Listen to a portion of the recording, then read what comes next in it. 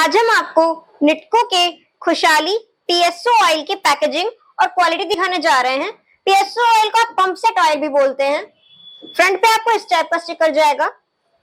अगर हम बैक की बात करें तो बैक पे आपको इस टाइप का स्टिकर जाएगा। 3.5 लीटर की कैन है सर और इसका एमआरपी 1225 जाएगा। अब हम ऑयल क्वालिटी देख लेते हैं। कैप की बात करें तो कैप के टॉप पे आपको निटको का ही स्टिकर लग के जाएगा। बॉटम पे आपको बैड लग के जाएगी।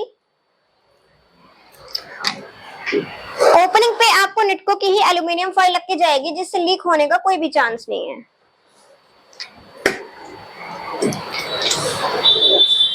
ये हमारा फुल्ली सिंथेटिक क्वालिटी में बेस ऑयल है, जो आपको एसएल ग्रेड में मिलता है।